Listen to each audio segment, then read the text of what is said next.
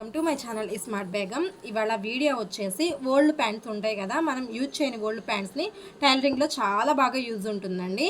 ఎందుకంటే ఈ ఓల్డ్ ప్యాంట్స్ని ఉపయోగించి మనం షేప్ పట్టీస్ని అయితే వేసుకోవచ్చు. ఎలా వేస్తున్నానైతే చూడండి. ఇది వచ్చేసి ఓల్డ్ ప్యాంటు. మనవే కాకుండా కొంతమంది కస్టమర్స్ కూడా నాకు తెచ్చిస్తూ ఉంటారనమాట ఈ ఓల్డ్ ప్యాంట్స్ని. ఈ ఓల్డ్ ప్యాంట్స్ని మనం ఎలా షేప్ పట్టీని ఎలా వేసుకోవాలో చూపిస్తున్నాను అనమాట ఈ వీడియోలో. ముందుగా ప్యాంట్ క్లాత్ని అయితే నేను కట్ చేసుకున్నాను. ఈ విధంగా ప్యాంట్లో క్లాత్ అయితే తీసుకున్నాను. జీన్స్ క్లాత్స్ అయితే అస్సలు సరిపోవండి, అసలు బాగోవు, చాలా స్టిఫ్గా ఉంటుంది, మనకి స్టిచ్ కూడా సరిగా పడదనమాట జీన్స్ క్లాత్ అయితే. ఇలాంటివి నార్మల్ కాటన్ ప్యాంట్స్ ఉంటాయి కదా, ఇవే చాలా బాగుంటాయి మనకి ఓల్డ్ ప్యాంట్స్ వేసుకోవడానికి కూడా. ఇదిగోండి ఇలా ఈ గట్టిగా స్టిచ్ ఉన్న క్లాత్ని అయితే తీసేసేద్దాం. అలా కాకుండా అవన్నీ తీసేసుకొని అవన్నీ కట్ చేసేసుకుందాం. ఇలాంటివన్నీ ప్లెయిన్ క్లాత్ని అయితే తీసుకోవాలి. ఇదిగోండి ఇలా ఓపెన్ చేసుకుంటే ఈ స్టిచెస్ ఉన్నాయి కదా, ఇవి ఓవర్లాక్ చేసి ఉన్న ఈ పార్ట్ని కూడా తీసేసుకుందాం మనం.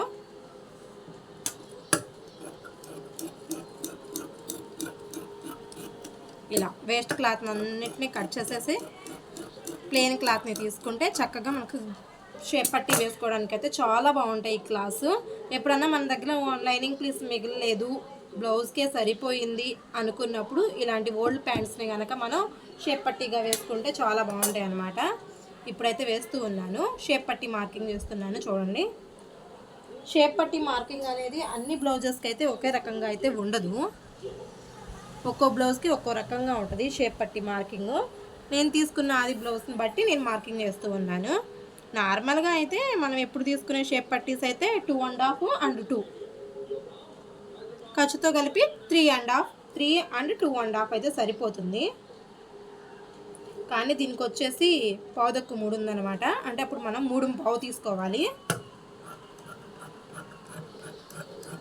ఇలా క్రాస్గా కట్ చేస్తున్నాను. బాగా పెద్ద సైజ్ బ్లౌజ్ అనమాట, 48 సైజ్ బ్లౌజు.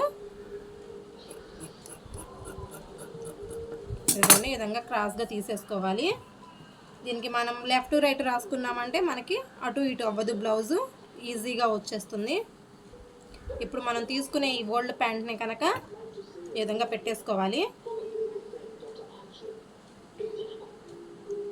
ఇదిగోండి ఈ విధంగా పెట్టేసుకోవాలి. శారీలో క్లాత్ని కూడా ప్లేస్ చేసేసుకోవాలి. లోపలికి ఉండేటట్టు వేసుకుంటే కనుక బాగుంటుంది. ఇదిగోండి ఈ విధంగా పెట్టేసుకొని మెయిన్ క్లాత్, లైనింగ్ క్లాత్, కింద వచ్చేసి మనం ఓల్డ్ ప్యాంట్ అనమాట ఈ విధంగా తీసుకోవాలి. పైనుంచి ఒక స్టిచ్ వేసేసుకున్నాం. ఈ విధంగా పైనుంచి ఒక స్టిచ్ అయితే వేసేసుకోండి.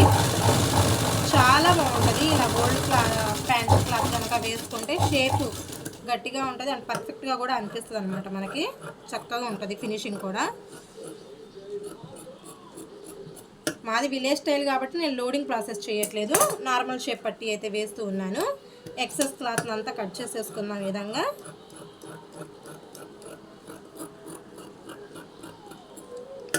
మనకి ఎక్స్ట్రా మనీ వస్తుంటే కనుక మనం కూడా బొటిక్ స్టైల్లో అయితే ఇవ్వచ్చు. కొన్నిసార్లు నాకు టౌన్ వర్క్స్ అయితే వస్తుంటాయి కదా, అప్పుడు నేను బొటిక్ స్టైల్ ఇస్తానమాట.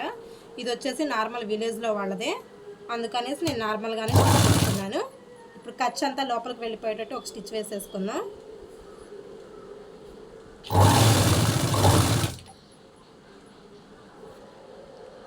క్లాత్ని అడ్జస్ట్ చేసుకుంటూ రానికుండా నీట్గా అయితే స్టిచ్ వేసుకుందాం.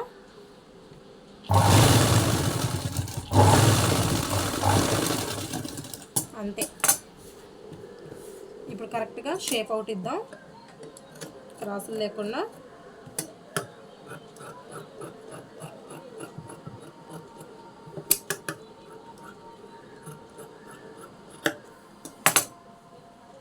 ఇదిగోండి చూసారా ఎంత బాగా వచ్చిందో.